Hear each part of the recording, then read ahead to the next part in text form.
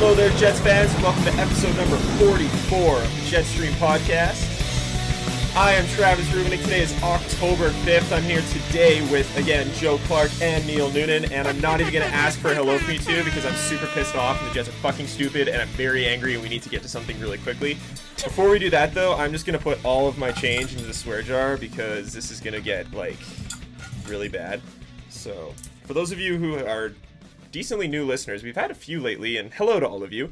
We do have a little swear jar because before, middle of the season, was it? Yeah, I was getting very vulgar, and people were calling me out for swearing all the time, so... that was when we implemented it. Yeah, because I swore a lot. And we bought all those stickers that we sent to you lovely people with the money from it. There you go. So yeah, I just put few dollars in there. Yeah, probably a couple bucks. There's a lot of dimes, a lot of nickels, a couple quarters in there, so... The Jets did some things today, and they've been doing things for over the week, but I'm just going to focus on what they did today, being October 5th, Sunday, October 5th, a day that started very well, and by about noon was a shit show. Okay, so they sent Keaton Elberly. That's how it's going to go. That's a new Keaton one. Ellerby and Ben Sherratt were both waived, so they're probably going to end up on the rock because I don't really see anybody taking them. Danny Taylor, goalie, was released from his PTO, whatever.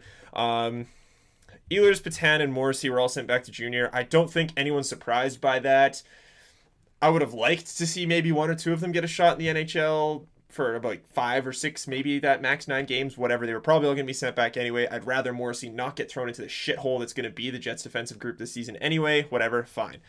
The big thing that they did, which honestly on the surface really doesn't seem like much, was that they traded Eric Tangradi to Montreal / technically Hamilton for Peter Budaj and Patrick Holland. Now, first, before I go off, I'd just like to... again, I'm not sure if this is technically true because Eric Tangradi was in the AHL when this was done. But let's just take a moment to congratulate Kevin Cheveldayoff on his first ever NHL player for player trade. Asterisk. Yes, nice work, Chevy. But all right, enough of that. Yeah. This is really... nice. That was really well done. That's the drop. This trade, for so many reasons, is so freaking confusing and just ridiculous. Yes, I'll give them a small amount of credit because the Jets managed to get something out of a player. Like, holy crap, they got something from somebody. Mm-hmm. They were going to get rid of it anyways. First of all, I do want to kind of cover my issue with this. Eric Tangradi getting sent down, it's not a big deal, but I don't understand why he of all players were sent. I'm going to argue right off the hop that he was more of a use to this team than Chris Thorburn and Anthony Peluso. On his way out, I think Paul Maurice was asked, why? What was the point of this? And in the press conference, he made a statement saying the team isn't better with him. Nah. I don't care! The team is worse when you have Chris Thorburn on it! Definitely. Why? Yeah, well, why is he still here? That case could be made for any of those guys who slot in on the fourth line. The team is no better but with still, them. So that's why it doesn't in my opinion, there's a difference between not being better with a player and just clearly and obviously being worse with a specific player on the ice. Yeah. And with Chris Thorburn on the ice, this is a worse team. Definitely. They are bad. Yeah. I get that Eric Tangradi wasn't exactly putting up huge points, but he was the only Jet to be a positive possession guy in protected minutes. The only one last year. Yeah. Where if you know player usage charts at all, that bottom right quadrant, go look at it. He's the only guy in the positives. Yep. But no, let's just waive him and send him away and then trade him and bring back a couple guys. Why was he the one? Why? Why him? Yes, he can't finish. I don't give a shit. Why was he the one not sent? Why? Yeah, that move doesn't seem to make a lot of sense to me. But it's just got to be. Well, it's stupid. What's Peluso's contract? Because I don't give a shit. It's dumb. No, I agree, but I'm just trying to look at reasons why they would choose Tangradi over any of those other guys. Whatever. It's stupid. You should have given Thorburn the contract he did first. Steve Dangle has this concept. I can't remember where he first got it from, but he talks about it a lot. Is that good teams are basically your top players and then a grouping of competent bums. Yeah. Players who aren't superstars, they're not great players, but they're competent at what they do. They have a role and they do it. Eric Tangradi, in my opinion, is a middle of the group competent bum. Yeah. Chris Thorburn is a piece of shit. Chris Thorburn is a piece of shit making $1.2 million for more than 1 year on this team. 3 years. And you decide that Eric Tangradi is a problem? No. Just no. But you know what? Okay. You traded him. You got something back for him. Yeah, they did. All right? Whatever. My favorite is I can't remember the name of the guy. Somebody was saying, somebody was beaking at Travis on Twitter for for being upset that he's like, well, you're really sad that he made a player for player, or he got rid of a player and gained 2. And I'm like, how is that in any way something you should look at as being positive? How does it matter what the amount of players involved in the trade? I could see an argument where you get 2 back, because if you're talking asset management side, you could still you could trade both of those players for more things. Yeah, but again, Chevy's not going to do that. There's way more to a trade than just I'm going to give this team 1 player and get 2 back. I totally won that one. Ha, suckers. Yeah. Did I even say who he was traded for? No. Peter Budaj and Patrick Collin, just in case I haven't got that out there. I'm furious right now. Okay, but yeah. Anyways, as a result of this trade, which again was a player that is a useful 4th-line player in some situations, you trade him away. You get back a guy who's pretty much been a career AHLer to this point. He's a young kid, whatever. I see you might get something for whatever. No prospect ever gets a real fucking shot in this franchise. Yeah, exactly. So who gives a shit that you got him back? But you also got Peter Budaj. As a result of this, one of Pavlik, Budaj, or Hutchinson needs to now go on waivers as of noon tomorrow. Now let's just think of the scenarios here of who could be sent down. It's not going to be Pavlik. It's not going to be Pavlik. No. I think we've all come to accept that this shit show of an organization has accepted Pavlik as their savior for some fucking stupid reason. Oh, yeah. For the next however many stupid years. He was AKA you're fucked. Handed the starting job the middle of the summer. He was handed the starting job before free agency. Yeah, exactly. Jesus. But yes, obviously, Pavlik's not going to go. He's not going on waivers, whether we like it or not. Budaj makes $1.4 million this season. So he's probably not going to be going on waivers. So even if they send him down, this team would be paying him that much money to play in the AHL. And for an apparent internal budget team, an internal cap, we need to spend our dollars wisely. Yet we're going to give Chris Thorburn $1.2 million. And then pay some... They're not going to let him play in the AHL for $1.4 million. Yeah. I understand your argument that maybe he's meant to go give guidance. No, that's not going to happen. Yeah, I don't see that happening either. So that means that Michael Hutchinson, the guy who has outperformed both of those goaltenders in the AHL, is going to be on waivers tomorrow. Yeah. You are sending... No, this franchise continuously praises over and over and over and over and over again. Draft and develop, draft and develop, draft and develop. This is what we're going to do. We're going to sit on our fucking hands for 3 years and draft and develop. Yet for some fucking ridiculous reason, every goddamn signing, and now the one NHL player for NHL player trade this GM has made, blocks and prevents prospects from either moving up in the system or even developing past where they already are. How is that a draft and develop mantra? How? You're just blocking them. Yeah, I'm not crazy about Peter. I don't really see what he adds. Say your leadership or whatever, or he's been in the league. How many guys who are good in the room can you have? Yeah, exactly. How bad is this room? I just don't care at that point. You got your friggin' Mark Stewart, you got your Captain Andrew Ladd, you got your Chris Thorburn, who are all guys great in the room. You can't have a team of guys that are leaders and great in the room. That's just not how... you can't just have a full team of that. You can only spray so much Febreze in a room that's full of shit before you realize your room is full of shit. Yeah. And then you just get that little whiff of Febreze that's kind of mixed with the shit, and you're like, this is even worse than just regular shit. You can only put so much shit on the fucking ice. Yeah. From every aspect, this is stupid. Instead of paying Hutchinson, a guy that has worked his way up from the ECHL and developed, sure, you didn't draft him. You traded for him, though. Instead of paying him less, $550,000 is how much you're actually paying him this year? Under $600,000. To learn admittedly, learn behind probably some questionable coaching and a shitty goaltender in the NHL. Yeah. Get some chances and see what you can do. Work with the team that you're probably going to take over or could have taken over. At least get a chance to play against NHL players. You are going to pay one of the few goaltenders who is worse than Andre Pavlik. Yeah. $1.4 million to back him up. That's rare. You don't get a lot of NHL goaltenders who are worse in their career than Pavlik. Oh, That's Garrett, pretty impressive. if you're not watching the YouTube video, I'm so aggressively flailing my arms right now. Big time. Garrett tweeted this out earlier. I want you to listen to this. I would love to. AHL numbers. Andre Pavlik, 117 games played, 913 save percentage in the AHL. Mm-hmm. Peter Budaj, 175 games played, 913 save percentage in the AHL. Michael Hutchinson, 134 games played, 921 save percentage in the AHL. Big step up there. Yeah. Duh! NHL numbers. Again, sample size is obviously an issue here. Oh, 288 games played in the NHL for Andre Pavlik. 906 save percentage. Peter Budaj.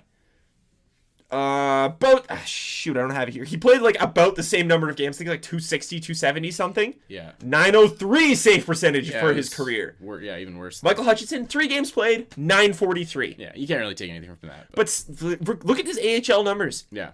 But there's also no way to... I don't care. Success in You're the just AHL going to stick with what you know leads instead to of success in the NHL. Instead of trying something new. You're going to judge Hutchinson on 4 or 5 preseason games, decide he's not good enough? Yeah. After you've given, Pavlik 3 years and still think something's going to fucking change? 4 or 5 games, you make up your mind on Michael Hutchinson, worth losing him for literally nothing on waivers tomorrow Travis, because Pavlik of a few preseason games. Travis, he's in the best shape of his life. You're risking losing a kid on waivers for a guy you already know is fucking brutal. How many guys actually get picked up on waivers this close to when teams are declaring their final rosters? I don't really think that's going to happen. I don't give a shit if you think it's not going to happen. Not you specifically, but the Jets.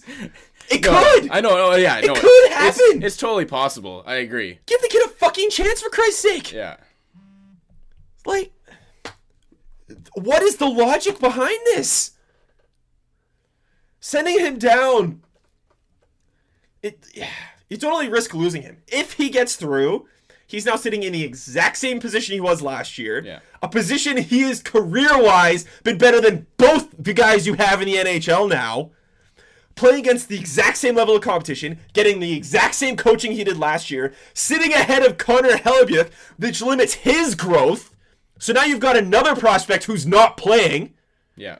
I don't see what the Jets' issue was with having Pavlik play his regular role that they're going to have him play anyways, and then just have Hutchinson back him up. There was no problem with that. What's going to go wrong, really, in that situation? What's the worst thing happens? Yeah. Oh, he just does exactly what Pavlik does? Exactly. The worst thing What's the best case scenario that can happen? He takes the job! The best case scenario is he develops awesomely as a backup and, eventually gets to take that starting position. That's how NHL goalies come to be! Exactly. And then the worst case scenario is, he's not who we thought he could be, didn't really work out, whatever. And at least you've had Hellebuyck playing the AHL, developing his game. And then, whether you trade him or however it works out, but at least, there was something there to try. But draft and develop my fucking ass. Yeah, it's ridiculous, it's stupid, it's fucking horseshit. Yeah, it seems really strange that why they wouldn't try that. Because, like you said, what's there to lose, really? I mean, what Budaj is going to give you. He's going to do the same thing that he's done his whole career, and we know that that's below par. And you're paying $600,000. Yeah. You're paying Hutchinson's contract twice exactly. to get it. To get probably what's going to be worse than what you would have gotten from Hutchinson, worst case scenario anyways. Exactly. So, yeah, it doesn't really seem to make much sense. Pavlik has to have nude pictures of Chevy somewhere. That was a good tweet. I enjoyed that. He has to. Yeah. He has to. Yeah, Travis tweeted earlier in case you missed it. I'm calling it Pavlik has Chevy nudes. The second competition comes, you just look, I'm going to show these if you don't fucking get rid of this, and you throw the guy on waivers. Gross.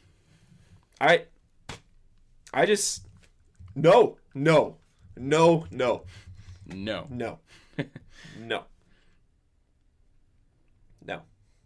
Right now, the Jets roster. Forwards, you got Ladd, Little, Frolik, Wheeler, Kane, Scheifele. Bufflin, Perreault, Lowry, Gagliardi, Odell, who was probably going to get put on waivers as well.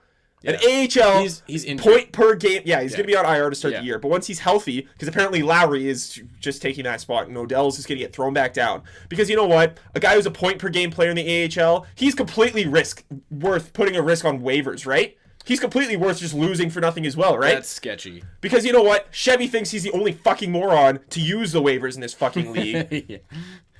But other teams usually pick up decent additions to their team on waivers, whereas Chevy just... You got Cormier, Peluso, especially guys making less than $1 million. Yeah. Cormier, Peluso, Slater, and Halschuk. Mm-hmm. Odell and Cormier probably going on IR. You need to get rid of one more. I don't know.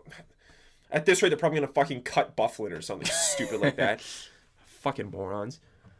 Like, I don't understand the logic behind trying to let Odell slip through, but whatever. That's why I haven't talked about. Whatever. If they put him on waivers, that's just ridiculous. We'll cross that bridge when we come to it anyways. Yes. Goalies right now. Yeah. You got Pav, Budai, and Hutch. Yeah. But I'm assuming Hutch is going to be gone at some point. That seems to be the most realistic outcome. Now let's go to another positive thing the Jets are doing right now. Their defensive group. Klitzum, Enstrom, Party, Postma, Stewart, Truba, and Bogosian. But oh yeah, Bogosian's hurt again. What was his, is that disclosed? I don't know. Enstrom almost got hurt yesterday too. Could you imagine if Enstrom was actually severely injured? Oh, man. And our defensive group was Klitzum, Party, Postma, Stewart, and Truba? That would be interesting. And then whoever they call up, Sherratt and Ellerby? Yeah. That is not an NHL caliber defensive group. That's not an AHL caliber defensive group in most aspects. Yeah. That's pretty brutal. But yeah, let's address the fact that Bogosian's hurt right now. Yeah. Let's just go off of that. Who, by the way, I've not exactly been impressed with Bogosian over the last however long. No. He has not proven anything to be a top pairing defenseman in my opinion. How the hell do you set that defensive group up? We are legitimately facing Mark Stewart as a top pairing defenseman right now. It's possible. At least, yeah. Mark Stewart. And easily second. Easily. Like, the Jets' defensive pairings going into Wednesday or Thursday or whenever the frick they play, I don't give a shit at this point. It's Thursday. Are Stewart and Truba, Enstrom and Postma, who Postma, I will say, has played pretty well in my opinion lately, Klitzum and Party. That is your defensive groupings. Yeah. Who wants to play in front of that? Well, Pavlik doesn't really have a choice. He's going to. No, he's playing behind it. What are your forwards going to do? Oh, yeah. Well, you got Enstrom. That's pretty much it. For however long. Yeah. If he keeps getting run from behind, who the hell knows how long that's going to last? Like, this team, it's not even like they're... This one injury, and it looks like this. Yeah, that's brutal. Why is Bufflin still playing forward?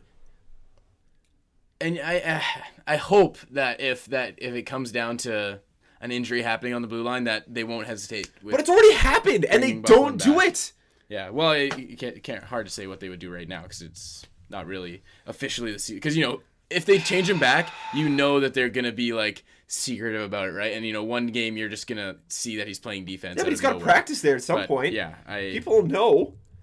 Like, if you move Bufflin back to defense, at least you could put together an Enstrom Truba, which again I think is grasping at straws. Yeah. Because heaven fucking forbid you take Truba away from the anchor that is Mark Stewart. Yeah.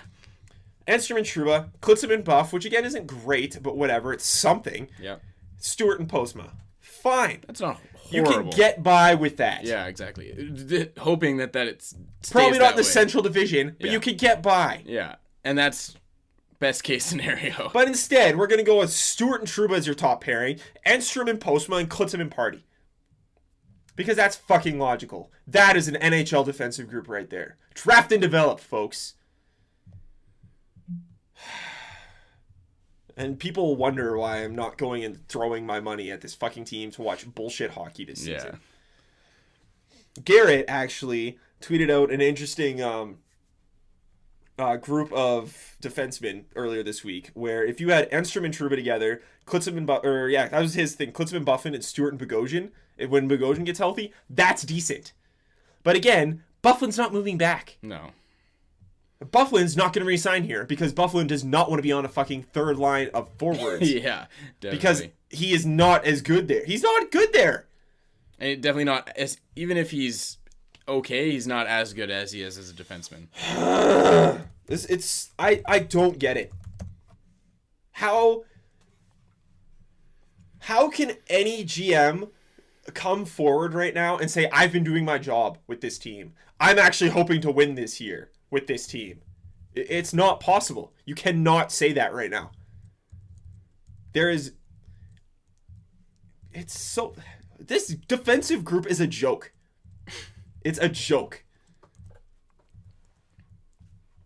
Freaking Lindy Ruff's interview version of joke. Oh yeah, hilarious.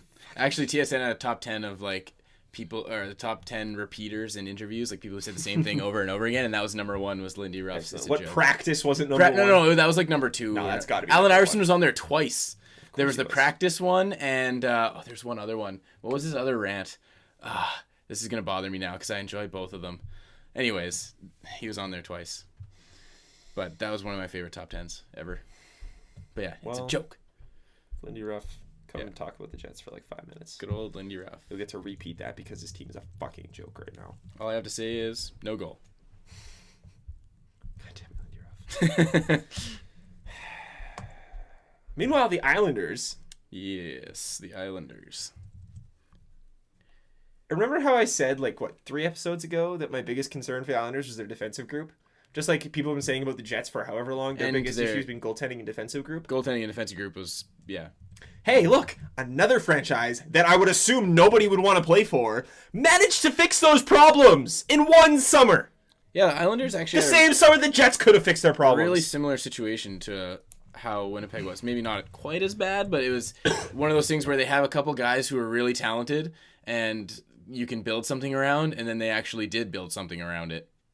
Johnny Boychuk from Boston, who again, he was he was a positive possession guy, playing slightly more minutes in defensive zone. Fine, Islanders could use that. Awesome, yeah. And then Nick Leddy from Chicago, who was again protected, but a kid who you could develop. Mm-hmm.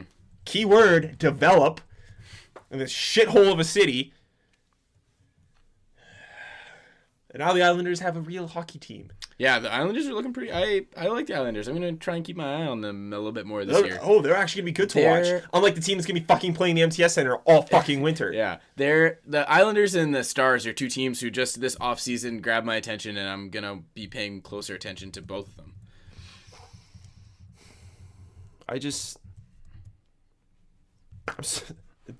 Why? What are they... Why?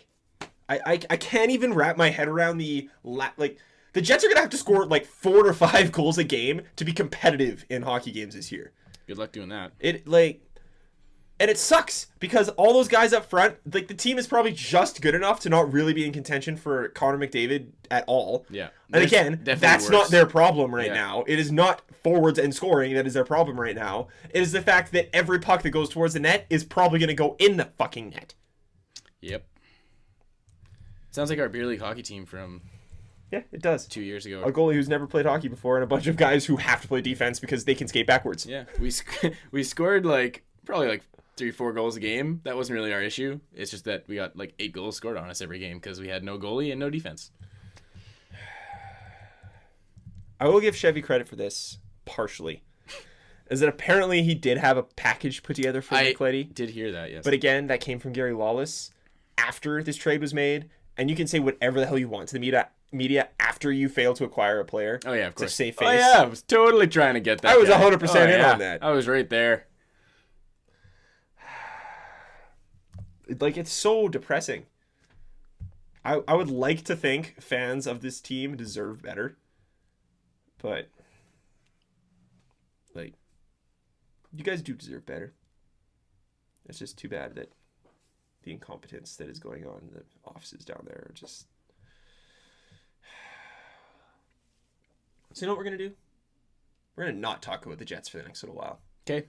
Because I'm too angry about them. We'll start talking about them again when they play some NHL hockey. Yeah, which is this week. Yeah. Which is going to be fun. Should be interesting. But in the meantime, we've had to get by with preseason hockey. Yeah. During which a lot of injuries have occurred. And not just small injuries to unknown guys. Bad ones. Jordan Stahl's broken his leg. David sucks. Perron's hurt. Datsuk's out for a few weeks. David Clarkson got hurt. Cody Franzen got hurt. Thomas Tatar got destroyed. Travis, what are the Leafs going to do without David Clarkson?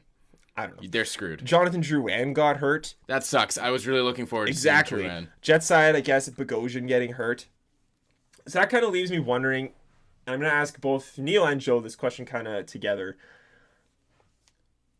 I don't know how long the NBA preseason is, Neil, but Actually, do you know how long the NBA? I know it's starting. I think it's a tonight, couple isn't weeks. it? Yeah, it started yesterday. Is there like a set number of games teams in the NBA have It's to play? usually about 5 to 6. Similar to the NHL. Well, the thing with the NHL is you play as many as you want, right? Like the Leafs ended up playing like 7 games in 8 nights for the preseason. Wow. But my question is the preseason too long in the NHL? Was this not something that was brought up in the NFL not too long ago? It's always brought up in the NFL. That's They kind play of a month. Yeah.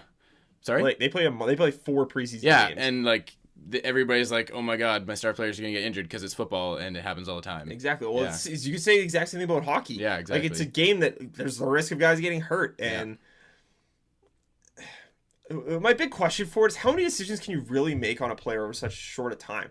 Yeah, and especially because coaches and teams are always trying new things in the preseason, right? Like, one game, one guy will be playing with, like one defensive pairing will play together, like, Trouba and Bogosian are playing together one game, and then the next game they're playing with somebody else. And then the next game, Ladd's on a line with Little and Wheeler, and then he's playing with Bufflin and Frolik, and it's like, I don't know, you're looking at individual games almost every single time. Like, every time you put out a team, it's a different team. Well, exactly. You're mixing up your lines, and you're playing against guys who aren't even NHL caliber. So how much you spend all this time watching and scouting and watching your young guys play, are you really going to... Apparently the Jets changed their mind on them in a matter of 5 games.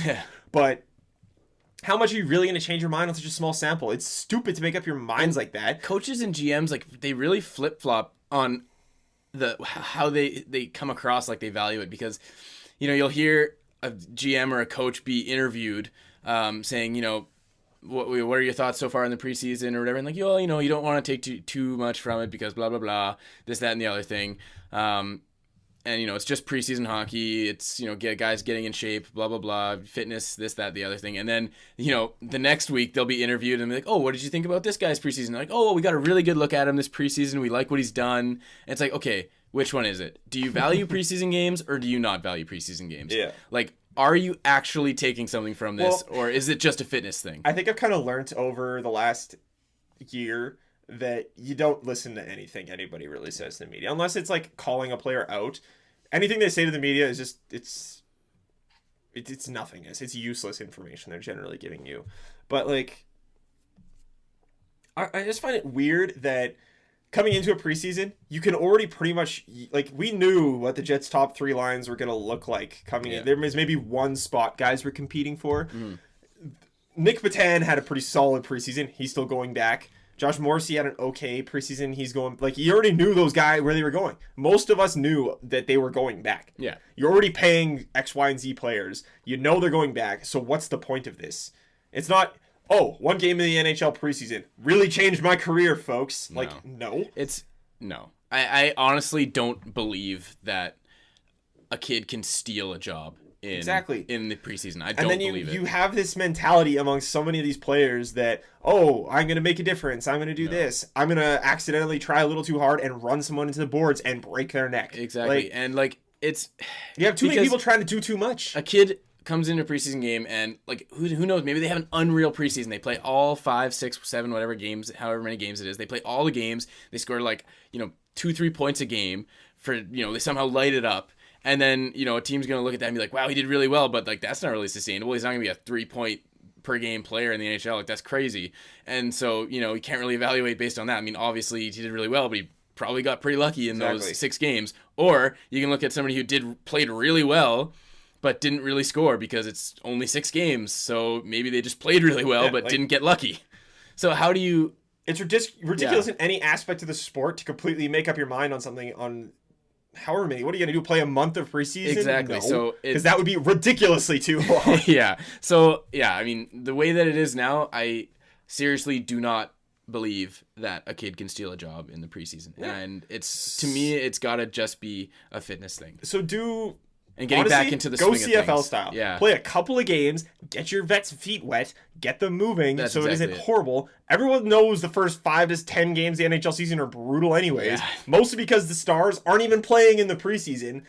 Yeah, exactly. What's the point? Let's get, like... Yeah, it's just basically getting back into the swing of things. You've already had your development camp. Yeah. You've already had your rookies playing in whatever it is. If you had a good enough look at them then playing against each other, what's throwing them in? Maybe getting a you already have, if you really want to see a guy, you have 9 games before you have to send him back down anyways. Exactly. That would be a more realistic way to make an evaluation. Slightly more realistic. It's still a tiny sample, but it's actual games. Yeah, exactly. It's the NHL. It's not just, against other guys trying to fight I for seriously doubt that Paul Maurice took any actual consideration of kicking out Bufflin to put Ehlers or Patan or somebody in that lineup. No, there's no way that would ever happen. It's just ridiculous. Yeah. You already know what you have in most. If you seriously, what are your scouts doing if you don't know what you have in these guys? Exactly. After a year, and I mean, it's not too much of a secret. I mean, I even heard Paul Maurice interview from, I think it was from yesterday or the day before, but I heard it on the TV today where he's like, you come into training camp and you basically have your team set out already. You're just kind of looking to see what some guys can do and maybe change your mind. And I'm like, no, I don't think so. I think you had your team. And you knew where there might have been a change, and that's what you were looking for.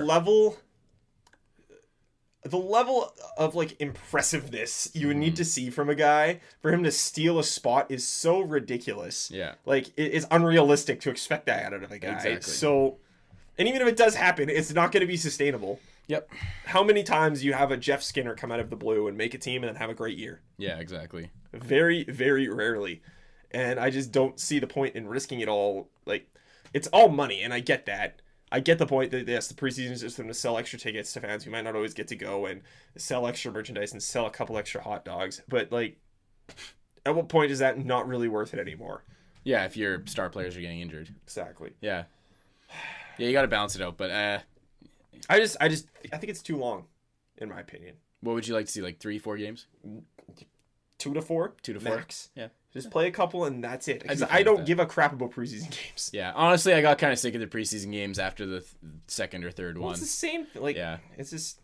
I saw, actually, it was really good because the first preseason game I saw the lad little Bufflin, and then the second preseason game I saw Kane, Scheifele, Wheeler, and that was kind of really all I wanted to see. I mean, yeah, I had a fun time watching the kids play as well, see what they could do, but again, at the same time, like I knew that borderline NHLers for the most part. And I knew they were probably going to be getting sent back down anyways, so it was just sort of to indulge me.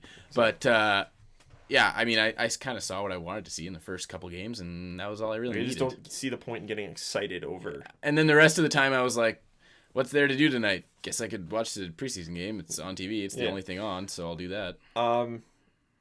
One thing that, again, this is kind of counteracting what I say. We're going to go back to Jets talk for a second here. We saw a fair amount, like you brought up, of the Kane, Scheifele, Wheeler line. Mm-hmm. But one player who I will say stood out to me in a couple preseason things that I did watch and a lot of the numbers that I did look at was Matthew Perreault. Pretty much anybody who played with him played amazing. Yeah. So do you think that would change your mind at all in maybe swapping Scheifele and Perreault? Possibly. Like right now it looks like you're going to have to protect the shit out of that Kane, Scheifele, Wheeler line. And Tim brought it up last week is that line has some serious defensive issues. Mm-hmm. They just aren't built that way to defend very well. Right.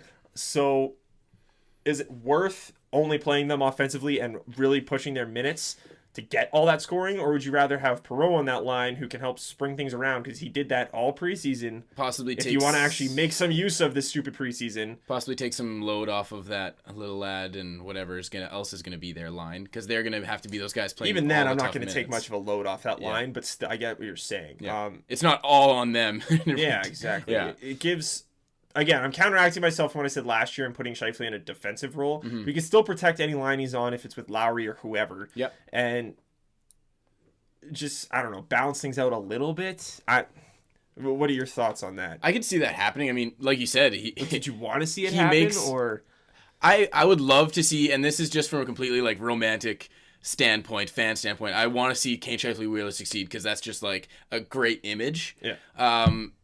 It's that star line. Yeah, exactly. And you're like, you got Kane, who was, the young gun from a couple years ago, and now he's sort of got his role settled in the NHL, and he's going to start hopefully producing a lot consistently. Yeah. And then you got Scheifele, who's, just pretty new. He only played his first full actual NHL season, not quite full because he had an injury, but it would have been full last year. So I want to see him take that next step and succeed. And Wheeler, we know, can produce.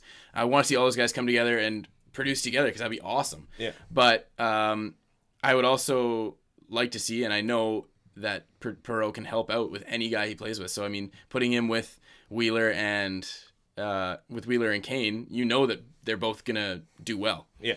And you know, there's question marks with Mark Scheifele because we haven't seen even a full season from him yet. So, and of that half season we saw him play, half of it was brutal. Exactly. So I mean, yeah, he's played a good quarter season, you know. Yeah. So I mean, obviously, I'd like to see that be the rest of his career, but who knows? Maybe he needs to have a couple more sheltered years, and Perreault can maybe handle a little bit more since he's been around a bit longer and played in this Western Conference with some pretty good teams. It's very, very true. Yeah, I think I'd like to see Perreault play up with Kane and Wheeler. It'd be interesting. I think those two are going to be flip-flopping a lot this season. Possibly, yeah. But yeah, I like what you said off the hop. There's just the image of Scheifele, Wheeler, and Kane together. It's just too perfect in the fans' mind. Yeah, thing. And I think everybody wants to see that. Oh, that's our top line. Well, that's exactly. the score. Those guys are going to do blah blah blah blah. But I don't know. Well, I guess we have zero control over it. But yeah, it's one of those things. Again, you got to see how the season plays out because it's preseason. And it doesn't show me anything. And really. if we see some defensive issues come up from that Scheifele, Wheeler, Kane line, and the coaching staff and management realize that, then that could be a quick fix for it. Is, hey, let's toss Matthew Perreault in there. And see I'm sure they're gonna flip flop a fair number of times throughout the year, but yeah.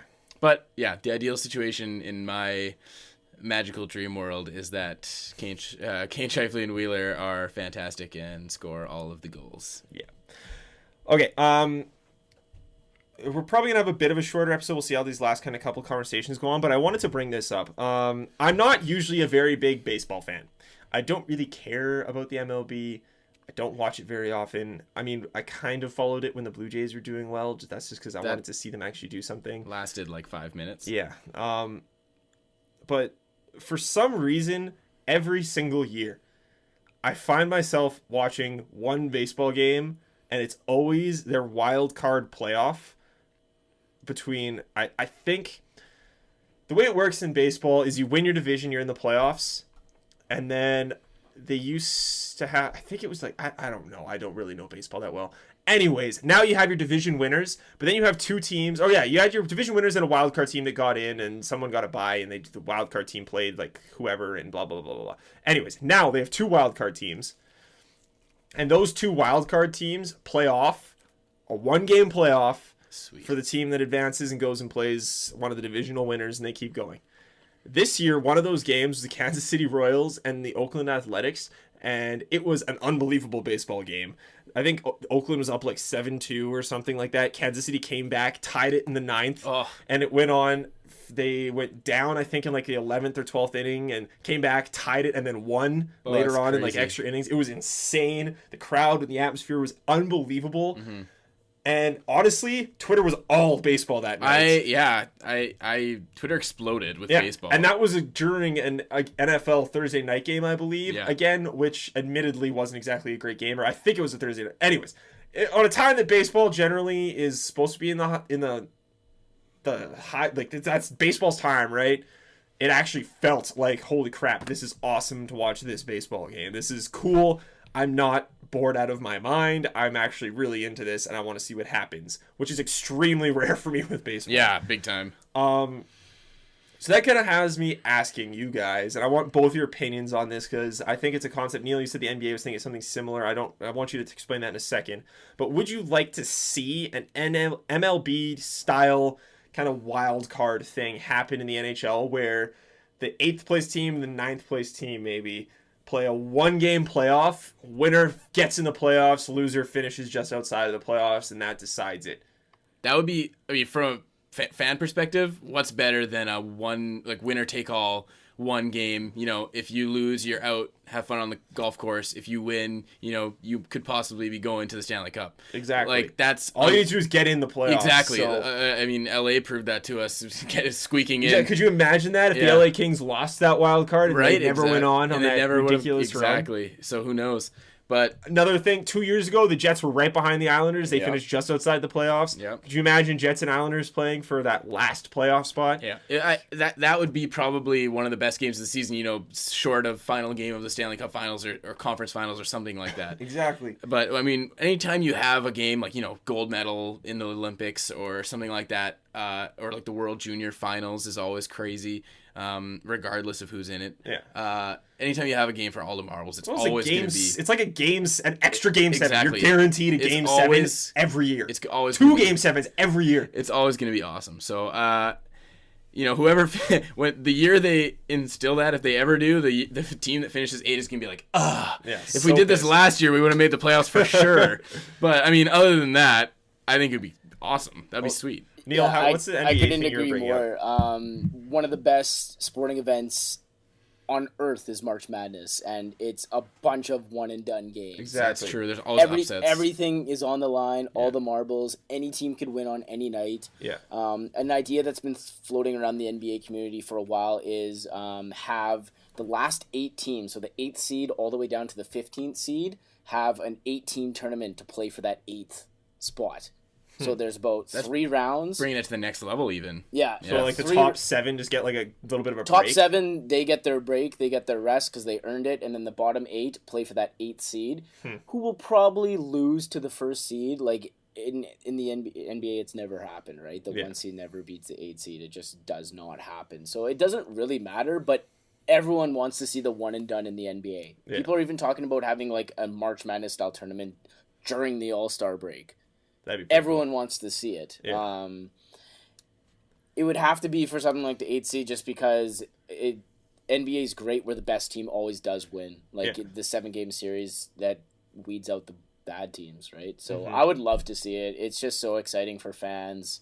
And it's kind of like you were saying with baseball. Like I watch that game too, and I don't watch any baseball, but it's exciting enough because it's everything on the line that any casual fan of just sports. Well, exactly. Gonna watch It's it. zero commitment for casual fans. Yeah. It's an extra game for the NHL to promote itself.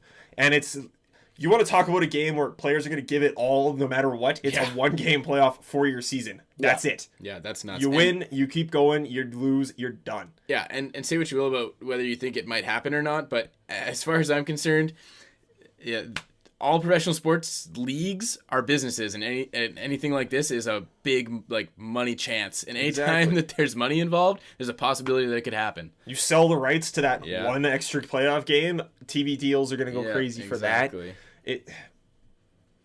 I think it would just be awesome to watch. Yeah.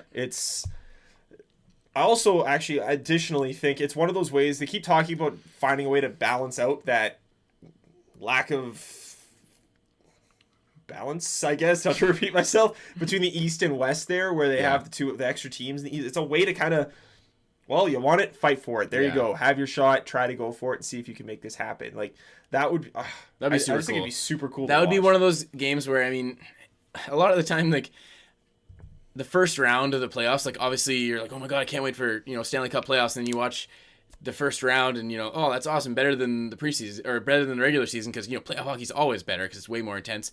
But, like, that game would be one of those games that you set aside, like, hey, I'm definitely watching the Stanley Cup final and I'm definitely watching that wild card winner take all. Everything else in between, you're probably going to watch the games, but you're not going to, like, set aside dates like, oh, I'm definitely watching game 5 of the of the Rangers and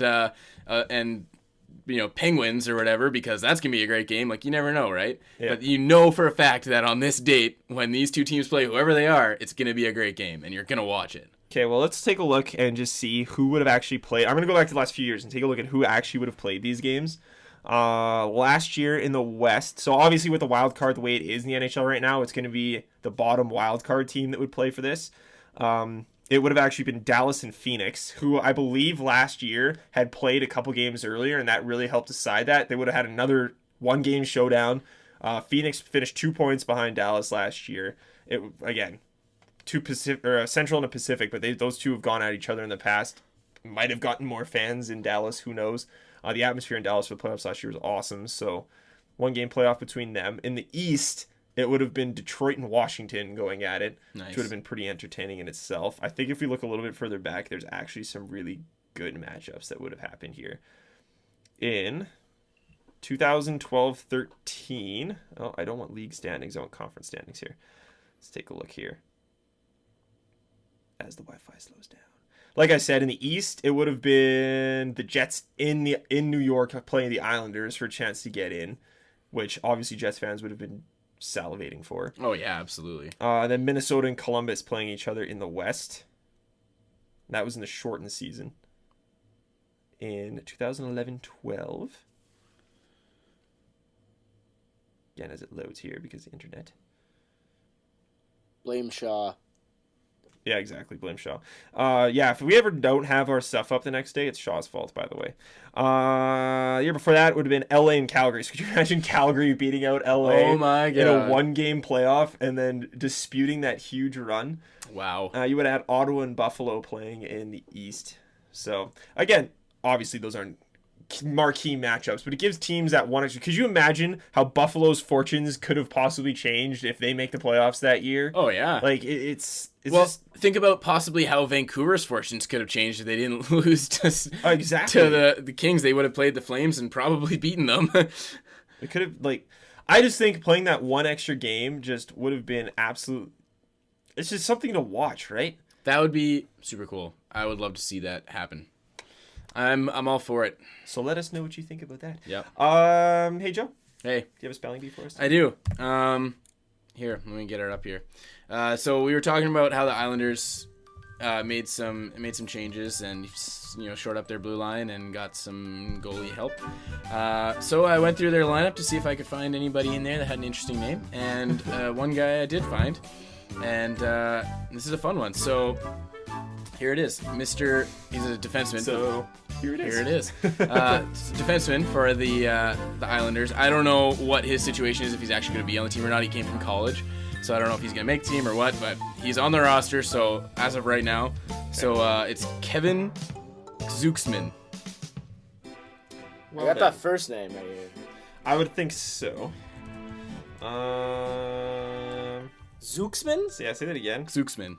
Zuxman.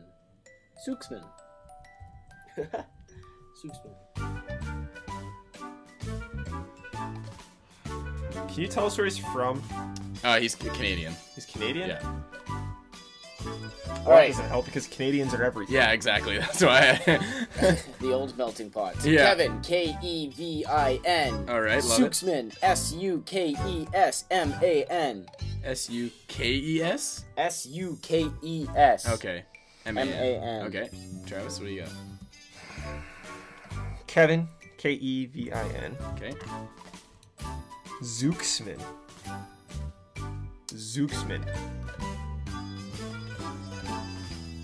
Don't like how I spelled this because I don't think it's right. Well, that's a problem. Zuxman. If you have Z-O... Can I ask a question? Yeah, go for it. Is there a letter before the Z? Yeah. Big time. Zuxman. Oh, so mine's wrong. Neil's like, I just got really self-conscious about my answer. Kevin damn. What could there be before the C?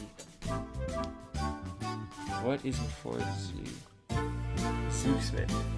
I'm taking a sweet time with this. Yeah, you better do it before the music runs out. Otherwise, it's just gonna get awkward. Zuxman. S-Z. Wait. S-Z. U. Zuxman. C. Okay. Zooks. S-M-A-N. S-M-A-N. Not horrible. So the actual spelling, Kevin, K-E-V-I-N, obviously, it would have been hilarious if it was like K-E-V-Y-N or something, and that was what you got wrong. Oh well. I'd be pissed. And then Zuxman is C-Z-U-C-Z-M-A-N. What? Yeah. Kevin Zuxman. What And kind of name is that? yeah, it's madness. What? And there's like absolutely nothing online interesting about him. So my fun fact is a tweet that I saw like right as we were podcasting. I was just updating my Twitter timeline, and some sports reporter guy tweeted, PK Subban just admitted he intentionally farts in front of the net to annoy the opposition. So there's my fun fact for the day. It has nothing to do with I just thought that was hilarious. I love PK Subban. Yeah, me too. I just thought that was fantastic. Intentionally farts in front of the opposition to annoy them. I wish PK Subban played here. Which is super... Yeah, that's so funny. So do you think it just happens, or do you think like he like Forces mentally it? takes the time to be like, oh, Like and just, lets it go? He just don't has know. to fart and just holds it. And he's like, I'm gonna hold this until until I I'm can, done with it. until I can Let piss it somebody off with it. I don't know. Just Well, you drops can't a bomb fart in in the your own crease. end because that's just a problem. It's just a distraction. Oh, that's terrible. Yeah. So there you go, Travis. This is a new tactic for you for pissing off goalies. Travis was an aggravator at his hockey game on the weekend. Yeah, it was a huge dick yesterday. You like snowed the goalie there as he was coming down the ice in a rush, and then stood in front of the net. And then what? He tapped you or something? No, the goal. Okay, I came down the ice and I don't know. I think the other guy dumped the puck in the corner. Yeah. Or something. So I went to the net and I stopped and I snowed him. And so I stopped right in front of him and he pushed me and I was like, "Oh, you're gonna get pissed off when I stand in front of you? I'm gonna go stand in front of you again." Yeah. So it stood right in front of him. He like cross checked me and I obviously fell down because he cross checked me and I was like, "Oh, what a dick." And I turned around and I saw the ref had his hand up. So as I went by, I like tapped him on the pads, like, "Thanks, buddy." He was like, "Oh, fuck you." And I was like, "Yeah." Oh, I was losing my mind. Suck it. So funny. I was so happy. So there you go. Next time you can just fart at him Yeah, I'll fart in front of the and net. just be like, "Yeah, you got PK Subban," and he's gonna be like, "What?"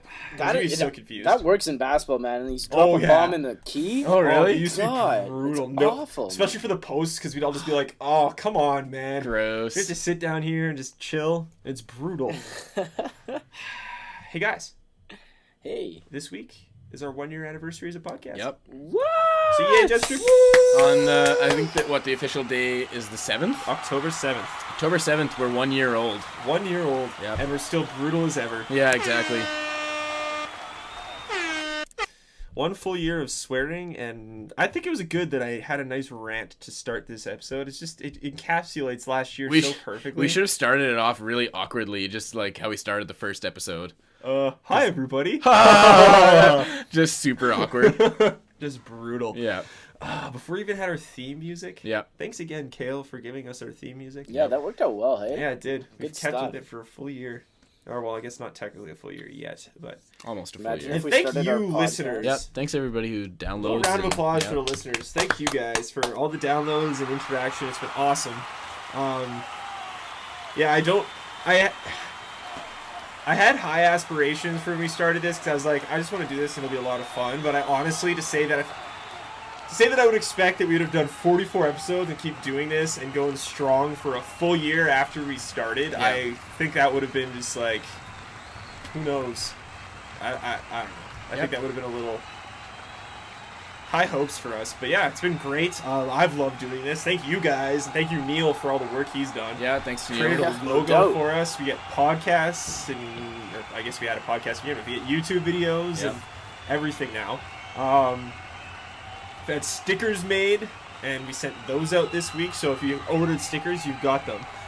There's a full fan fledge in our background Yeah, here. I love it. This It's is called Stadium Crowd. well. This is Travis's Cheer. acceptance speech. This is my I'd like to acceptance speech. thank my mom, my dad. I'm honestly waiting for it to stop. There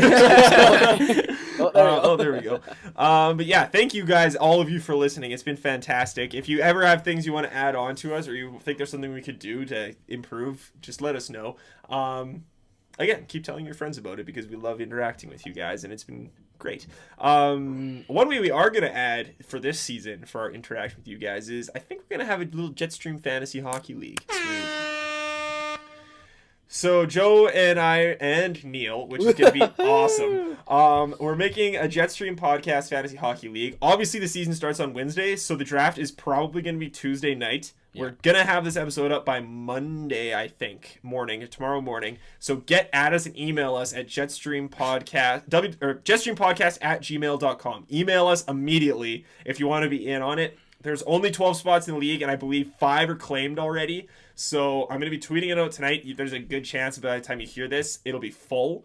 So get at us as quickly as you can as soon as you listen to the episode.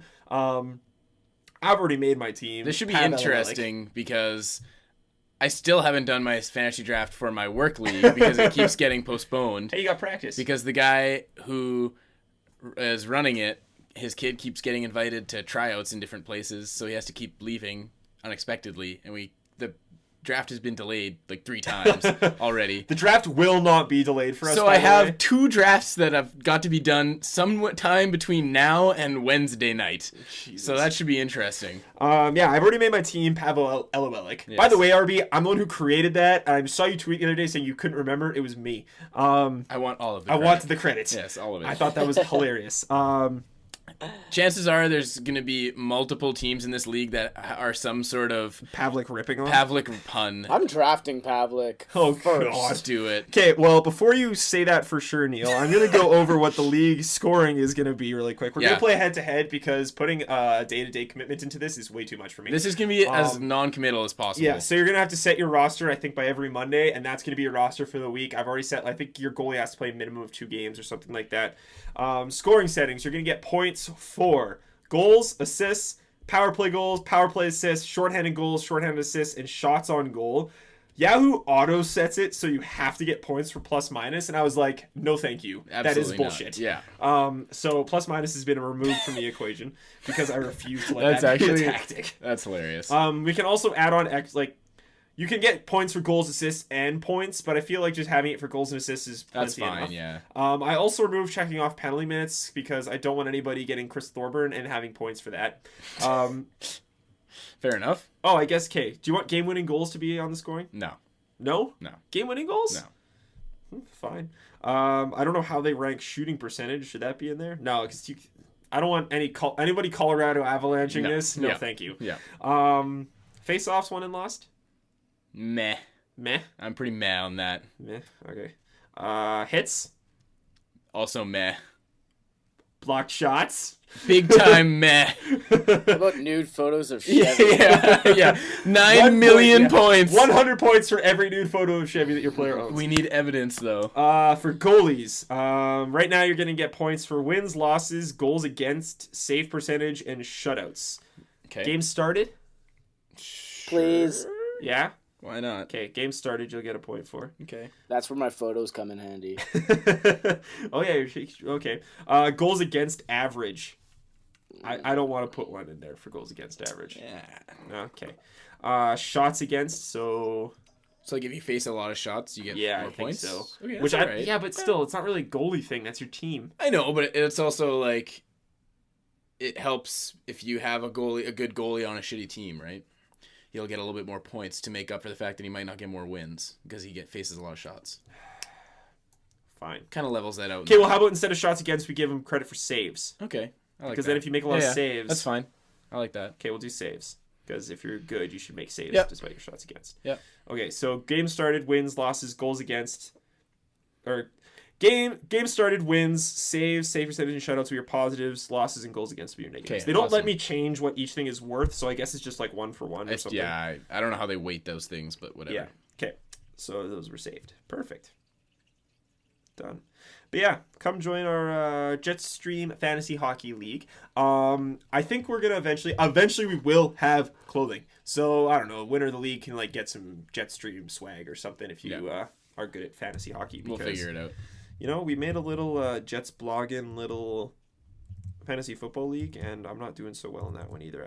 Actually, no, I'm 4th in that one right now. Rare. How many people are in it? 4? No, Oh, screw okay. you. Oh, pity's last. Oh. Oh, pity. Oh, and Arby's right ahead of him. Nice work, boys. Get it together.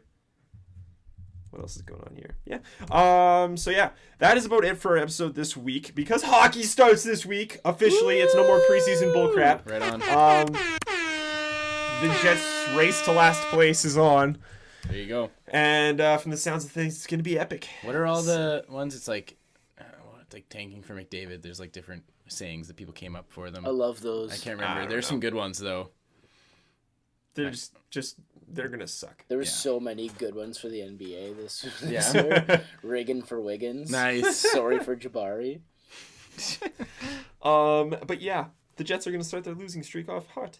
It's gonna be fantastic. They're Arizona Coyotes first, on Yes, Thursday they are. night.